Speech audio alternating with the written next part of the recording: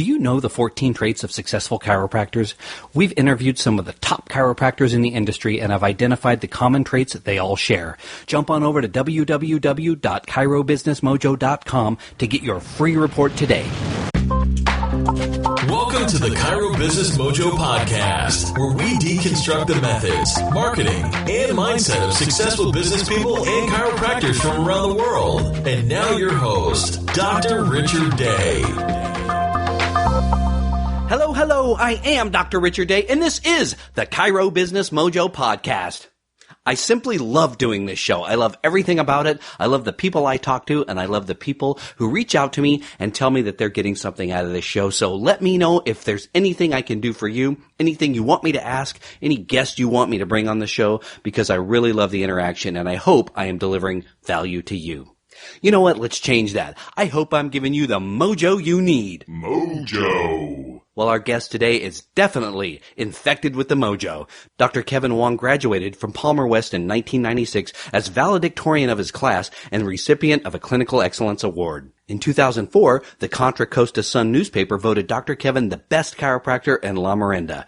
In 2008 and again in 2009, KRON 4 television nominated Dr. Kevin for the Best of the Bay in the chiropractic category. He's taught for over 18 years across the United States and internationally as well. He will teach over 100 hours of continuing education classes to other chiropractors in places like Daytona Beach, Florida, Las Vegas, Phoenix, Arizona, Anchorage, Alaska, Edmonton, Canada, and others. Please welcome Dr. Kevin Wong. Hello. Hey, how are you doing today, Doc? I'm doing very well. Thanks for asking, and thanks for having me. Well, thanks so much for being on the show today. I am looking forward to this interview quite a bit. And feel free to jump in there and fill in any of the gaps I may have glossed right over in that bio. No, I think the big thing about it for people to understand is this is almost the end of my 20th year of practice. So it's been a very interesting experience to learn how to go from being a chiropractic student and really just being a full-time student and a professional student to actually having to clothe and feed yourself and make money in your business to try to really be successful in that event. So it's taken a lot of time, but I think I've got some interesting things to share. Well, great. I'm looking forward to it, and it's just that type of thing I'm hoping to dig down into today. So why don't you take us back to the early days and tell us why you decided to become a chiropractor? Really what it all boils down to is the love for people.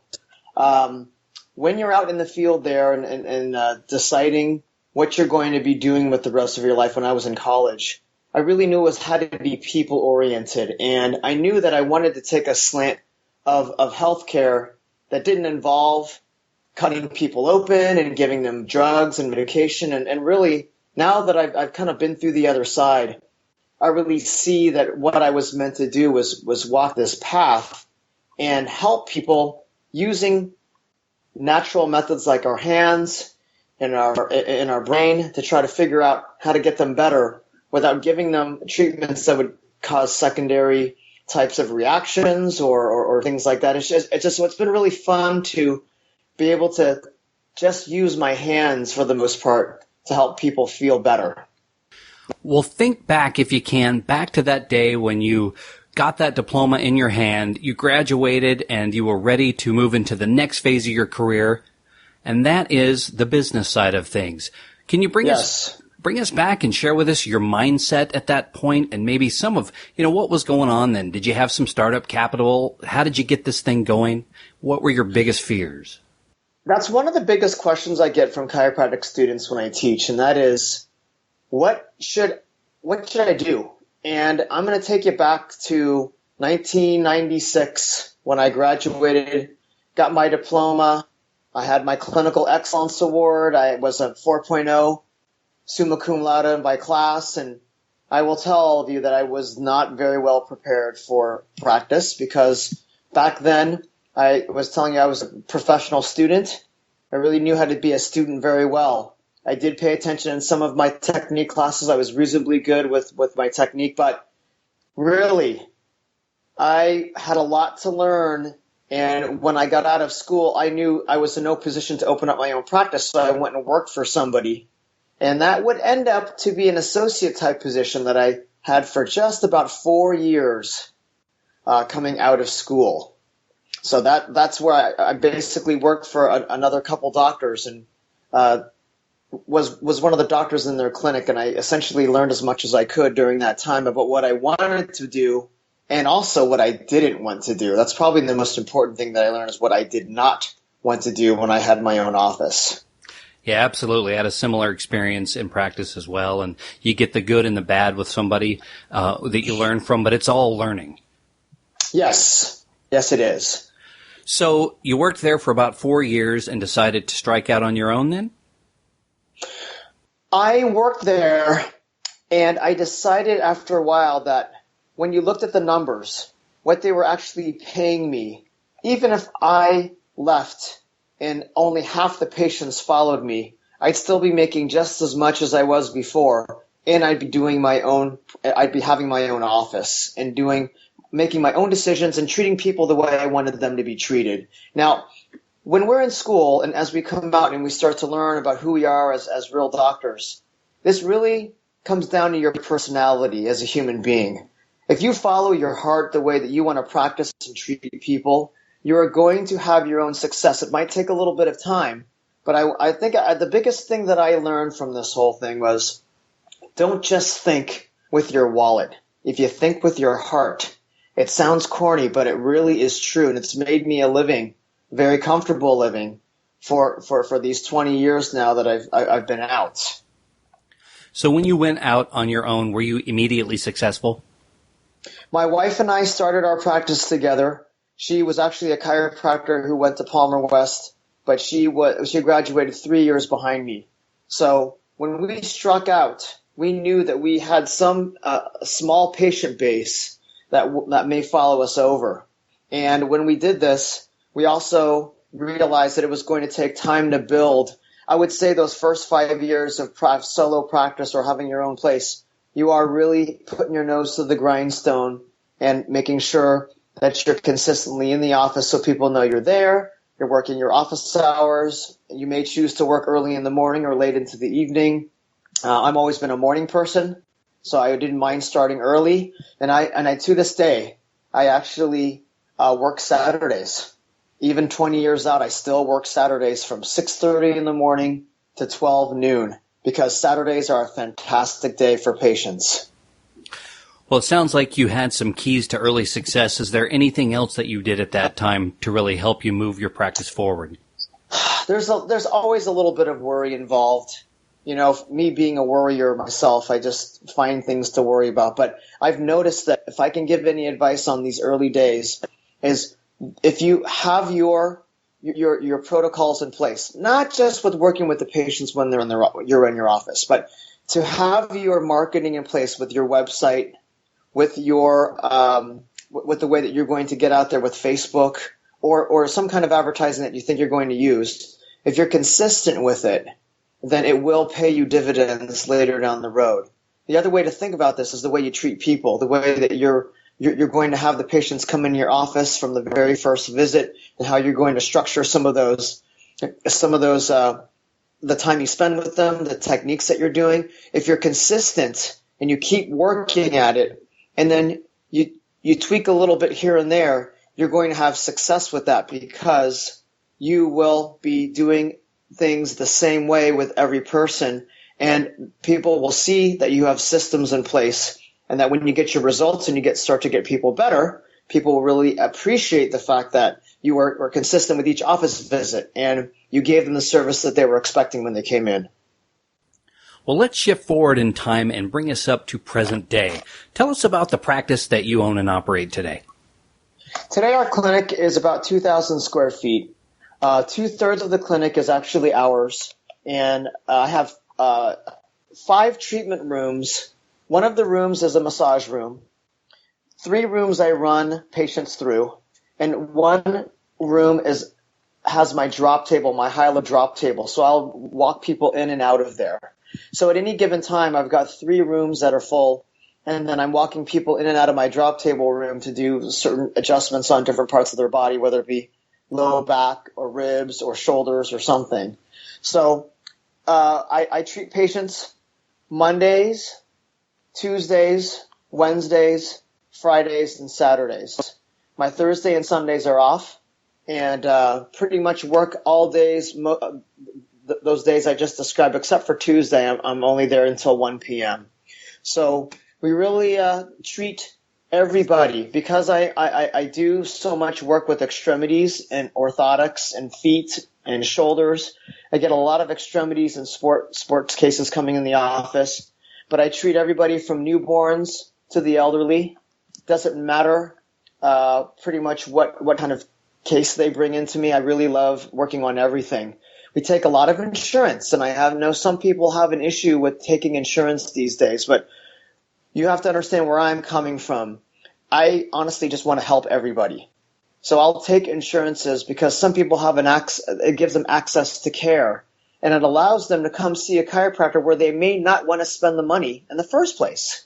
So, you can use any kind of judgment you want about people and spending their money, but people, I have insurance. It's not great as a self-employed person, but I have it, and I would love to use my insurance when I go see a healthcare practitioner. So I understand where these people are coming from. But we have a really healthy mix of insurance and cash, people that will pay prompt pay. I do very little personal injury and very little workers' compensation, just because I've noticed that as time has gone by, it's a little more difficult to work in those arenas for reimbursement and things like that. So this is some of the things we have had to learn over the years that we've been doing business in California. Well, we have to stop the presses and hold the phones, because I'm going to jump ahead here. I'm just so excited to talk about it. Looking at your reviews on Google, you have 56 reviews on Google and 111 on Yelp. What is going on? How did you get all of these great reviews? Somebody asked me today, one of my patients asked me what makes me different from some of the chiropractors that are around me. And in our world, there are a lot of people that do what we do. There's a lot of MDs out there. There's a lot of acupuncture, a lot of PTs, and they all have to contend with people that practice within their own profession fairly close by. I knew I needed to make myself different. I knew I needed to show my patients a skill set that not many other chiropractors really possess. So that is why I really made the effort to learn my extremities well, learn how to work with orthotics really well, learn how to do and treat some of the areas of the body that traditionally chiropractors have a lot of trouble dealing with. And that is also something I bring with me when I teach, because I travel the United States and I teach about 100 hours a year through foot levelers, and I teach chiropractors a lot of the stuff that I do in the office, not to say that I'm the best, just to say that I'm different. And I want to share with them what's made a success for me to see if it helps them in their own practice. So those reviews, I'm very proud of them. It took me a while to get over 100 Yelp reviews, and it took me, and it's hard because some people use Yelp, but they don't Yelp actively. Some people look on Google, but they don't have a Gmail account. So if you don't have a Gmail account, you can't write a Google review. So these, I'm very proud of them, and thanks for noticing. But it's just, again, keeping my nose to the grindstone and doing good work for people and showing them you're a member of my family in practice. I care about my relationship with you. Nothing that I do, no product that I sell you, anything that I do in here, I want you to be totally satisfied and happy, because if you're not, then I'm not. Well, a couple of things I wanted to ask you about Yelp in particular. And these are things I've heard. Maybe they're true, maybe they're not. But the first thing I've heard is that if you are not an active Yelper, that is, that you haven't left, multiple reviews for other businesses, that they actually aren't going to show your review until you've accumulated a certain amount. Is that true? That is very true. Their philosophy, as I understand it, is they don't want just any person going on Yelp once and reviewing somebody because they think it's a biased review. They think it's something where, for all they know, it could be a family member, or it could be made up, it could be something.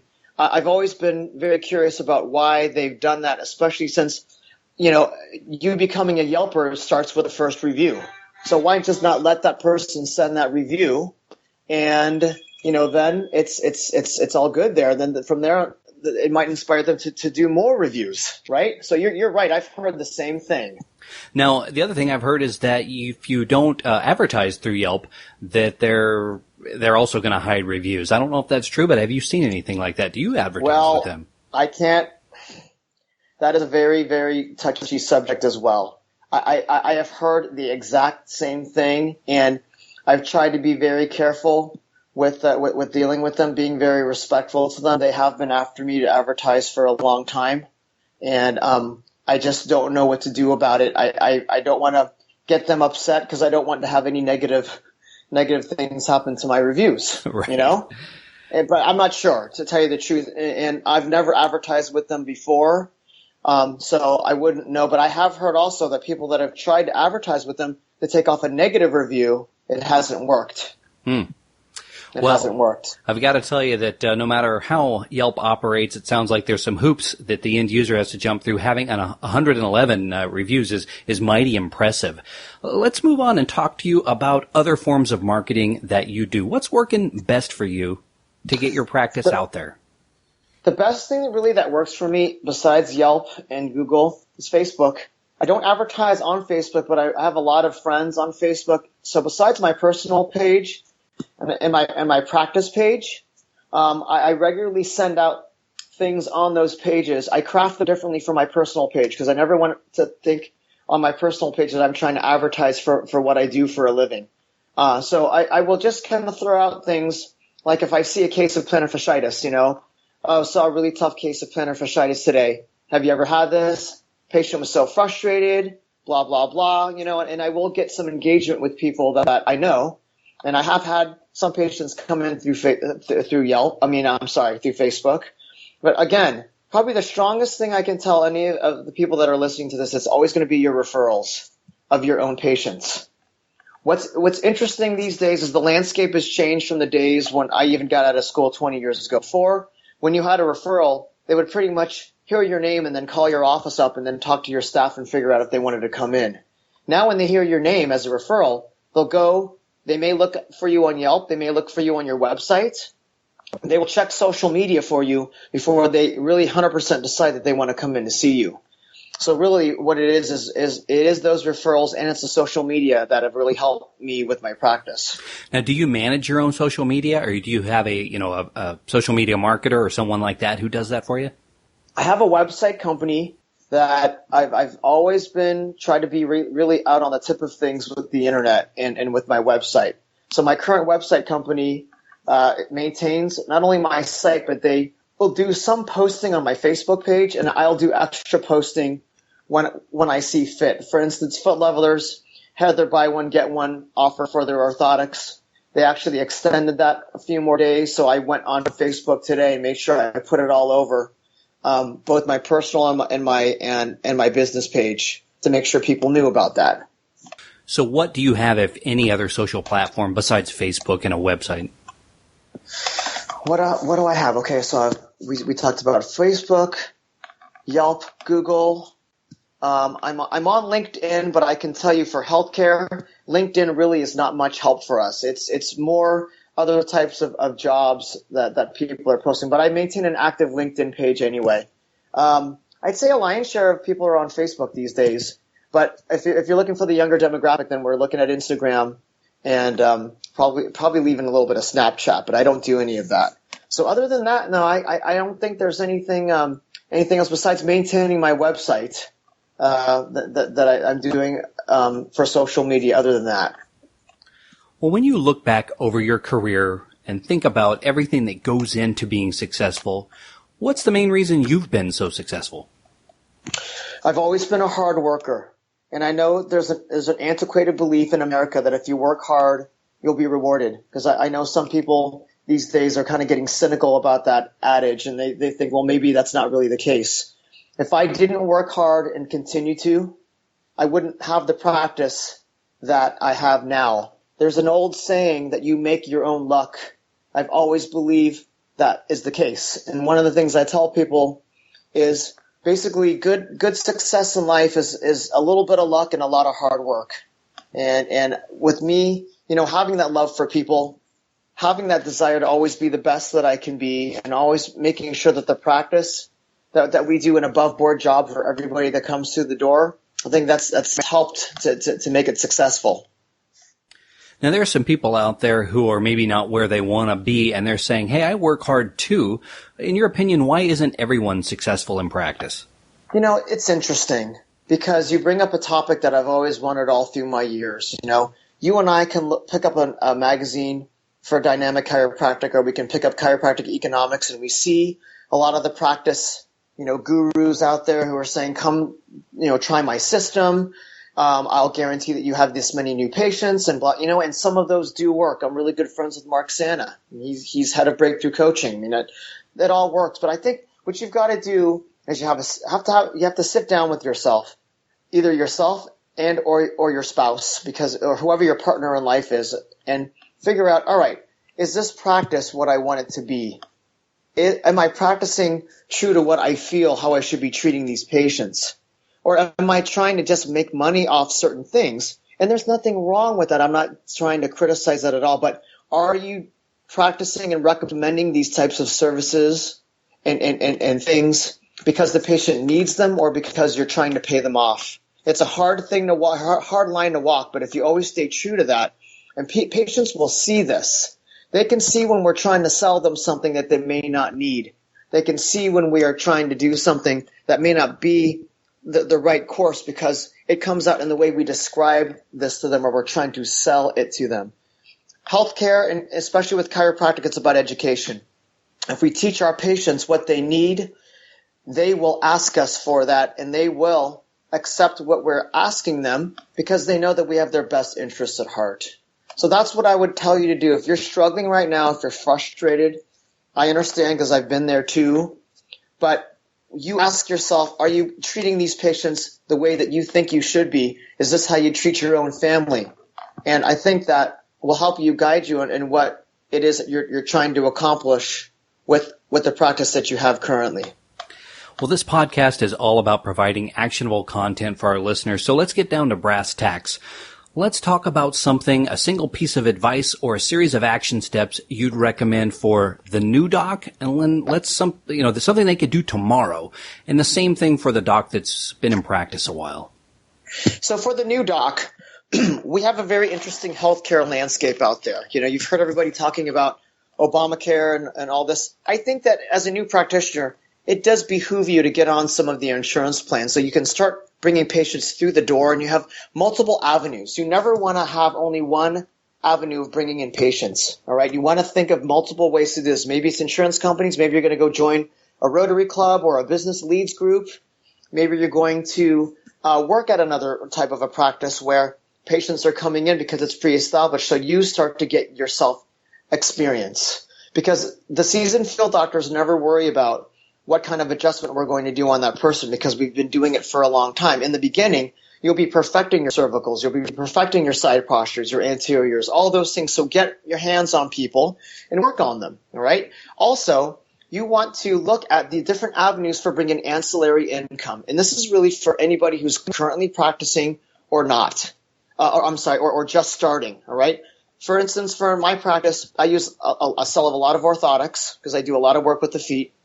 I sell ancillary products like rock tape, like BioFreeze and those types of things. We have AccuBalls. I also make sure I have a laser that is a fantastic therapy modality that I use on patients, and that costs extra as well. So there's other things that you can have for your practice that will bring in additional streams of revenue. So it's not just you adjusting the patient all the time. And it basically tiring yourself out sometimes trying to bring in some of that money. All right. So also for the new practitioner, I think the big thing is make sure that you do make an effort to pay attention to your continuing education. When you go to these things, pick a seminar that you actually think you can use the techniques in your practice. Don't just go there and sit and waste your 12 or 24 hours. That's a complete waste of your time. Go there and learn something so you can bring it back and keep invigorating your practice with new techniques until you get to a stage where you're very comfortable with what you're practicing and you know enough. And that way you have multiple ways to treat multiple patients. See, I love Activator. I love some of those single techniques, but Activator can't fix everybody. All right? It can fix probably many, many, many people, but when you know Diversified, Activator, Drop Table, SOT, you know all those things, you can help so many people in so many ways. keep your avenues open for bringing in patients, because if all you are is a hammer, then everything's going to be a nail. You want to have a lot of different hammers. So you wanted me to switch gears to kind of like the current practitioner out there who may want to, also what I would suggest for the current practitioner who's out there, we do get very narrow in scope with the way we practice, because this is a lot of us still practice kind of alone, and we don't have a lot of people around us, or we may not have that contact with additional chiropractors in our area because we're so busy working. So whatever I teach people, whenever I'm doing my 4, 8, or 12-hour program, I'm trying to inspire people to look outside their box and see what else there is that they could bring into their practice that will make them not only excited and happy again, but show the patients that they really care. I don't want to just give you the same treatment I've given you for 10 years. I'm always looking to be better. I'm always looking to make sure I know the latest thing. So, open your eyes out there to some of the things I mentioned between laser or orthotics or whatever. And really, it's really exciting. And it's not some gimmick. Maybe it's nutritional products. Maybe it's weight loss. Whatever you're into. It's okay to be scared to do this stuff, because if you're not scared, then it's probably not the right choice. So, if you have a plan in place and you talk to people who have done it before, it really will work for you, and it can work for you if you believe it. Well, that's great advice. Take a fresh look at your practice and maybe get outside your comfort zone a little and try a different modality or learn a new skill. Absolutely. Well, let's take a step back now, and I want to shift and talk about the big picture of success. And we learn so much from our successes in life, but we oftentimes learn even more from our challenges, our setbacks, or failures, if you will. So, can you share with us a challenge or setback you've had in your life, what it was, and what you learned from it? One time, 3 years ago, this patient who we knew was very difficult to begin with, but I never try to turn anybody down because I know everybody needs help. This person was actually a psychologist who I did not know, but he was referred in. And treatment was going very well, actually, for a while. We probably had him in about 10 times. And unbeknownst to me, he became really, really dissatisfied with things. And he started to become even more disrespectful to my staff. And, and all the while, I was just like, no, you know what? We're trying to help this guy. I know we can help him. And we were actually helping him so much that he had referred in his partner. And we were able to get his partner well. But lo and behold, when he dropped out of care, we didn't really know what was going on. I made an attempt to kind of get in contact with him. But then I get a letter from the California State Board saying he had filed a complaint against me. And my world just stopped, because I love all my patients. And I was hurt that this person would do this to me, especially knowing how big of a pain he was to my staff. So this really floored me. I can even remember how I felt now, just trying to react to it. I knew I had done nothing wrong, but he made the point of giving me a horrible Yelp review and going to report me to the State Board of California, which I don't even understand to this day why he felt he could be like that. So anyway, the good thing about this was, number one, the Yelp review, I tried to get it removed because he said a lot of things that weren't true. It's actually good that Yelp wouldn't take it away, because number one, it taught me something about Yelp. And number two, it taught me that, when you read his review, it's so crazy that even the people at the time, when I asked my patients to look at it and tell me what they thought, they're like, he's nuts. I didn't give him any context either. They just said, he's crazy. And that's just the way it is. You have to deal with it. So I basically got all my papers together. I sent them into the state board, and finally they ruled a while later, after months of just kind of sweating out, that there was no infraction. Nothing had gone on. They dismissed the matter. So whether he wanted to just really mess with me, but that right there could have, I told myself, I'm going to stop. I think I'm going to stop practicing. I don't want to deal with this anymore. I don't want to deal with people like this. How could he do this to me? But now that I've come through it and I fought through it, and I said, no way. I've worked too hard for this person to do this to me. No way. One person, no way. So I fought back. I came out the other side, and I really hope to God I never have to go through that again. But it really rattled me, and I was, 16 years into practice, 17 years. This is not like I was just starting. And I really, really tried to help this person. And it just goes to show you can't stop being who you are. I could have really just retreated into my shell and said, I don't want to do this anymore. People are going to hurt me. It's not fair. But guess what? Life's not fair. Pick yourself up, deal with it. And it made me a little bit stronger coming out of the other side. But I just really hope I never get another letter from those people in my life again, Yeah. Wow. I can only imagine what you went through. Thanks for sharing such a story that we all hope we never end up in those same shoes, but Yes. at least it had a happy ending, right? Right. Well, when you think of the word successful, is there a person that comes to mind? Who is it and why? Let me think of some of my role models. Mark Charette is a role model to me because he took me under his wing when I first joined the Foot Leveler Speaking Corps about 11 years ago. He is a very, very nice man who's an amazing teacher. So for him, I consider him a very successful teacher. All right. When I look at success in other arenas, because I have a few little role models here, I also look for someone who's a success with his family and his personal life. And for me, that happens to be Chris Caraway, who's a chiropractor who teaches for Multi-Radiance. He does a lot of laser. He's a super nice guy, super great doctor, does just amazing things for and with his family. I always see his pictures on Facebook of him spending the time that you cannot ever get back again with your family. All right. And finally, for the success of my practice financially, what I've been really impressed at, honestly, is my wife. She has basically run my practice for me since we've had our own practice for going on, almost 17 years now, us running it by ourselves. She is the one who oversees the staff. She looks over the work. She does all the deposits. She does everything financial. So she does all the hard stuff while I get to do all the fun, easy stuff, and that's treating the patients. Wow. Sounds like an incredible list of folks, of incredible people. And thanks for letting us know. I certainly understand, the importance and appreciation I have for my spouse as well. A real similar role in my life and in our practice. That's cool. That's good. Do you have any daily habits, rituals, or affirmations, things you do every day that help you be more successful?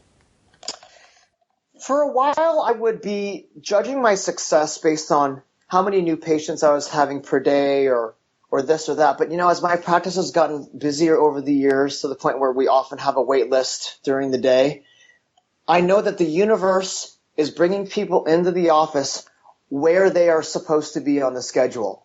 If there's a day where I only have one new patient, but my schedule is jam-packed with all my regulars, versus a day where I might have 5 new patients, that's the way it's supposed to be.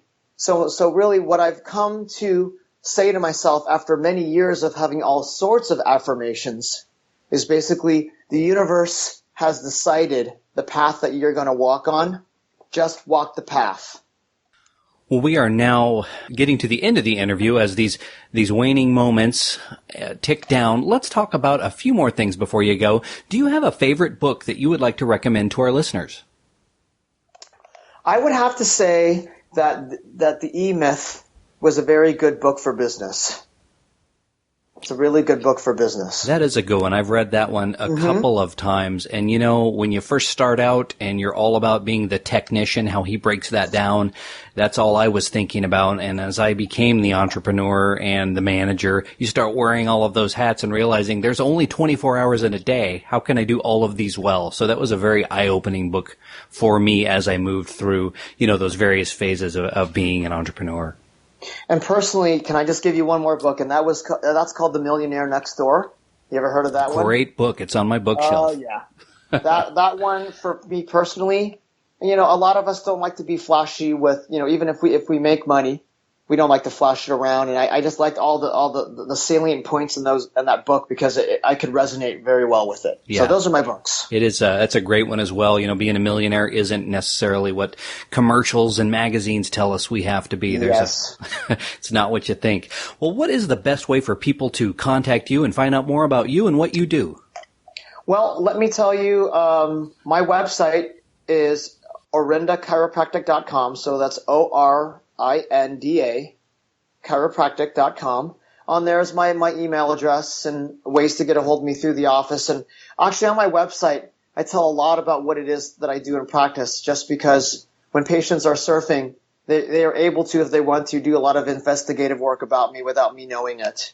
So that's always a good way to get a hold of me. I do a lot of teaching for foot levelers, and my seminars are listed on footlevelers.com.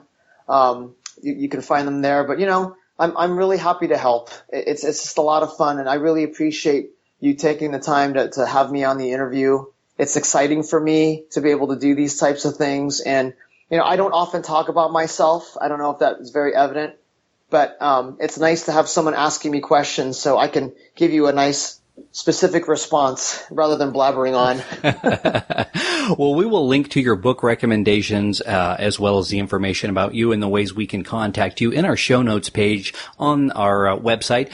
And Dr. Kevin Wong, thank you so much for coming on the show today and allowing us to pick your brain and open up for us and our listeners. We've learned a whole lot, and I can't thank you enough for sharing your time with us. It's been an honor, and I thank you so much for working me into your busy schedule. And I hope all of you out there have a fantastic holiday season. And thanks again. Thanks for listening to the Chiro Business Mojo podcast at www.chirobusinessmojo.com.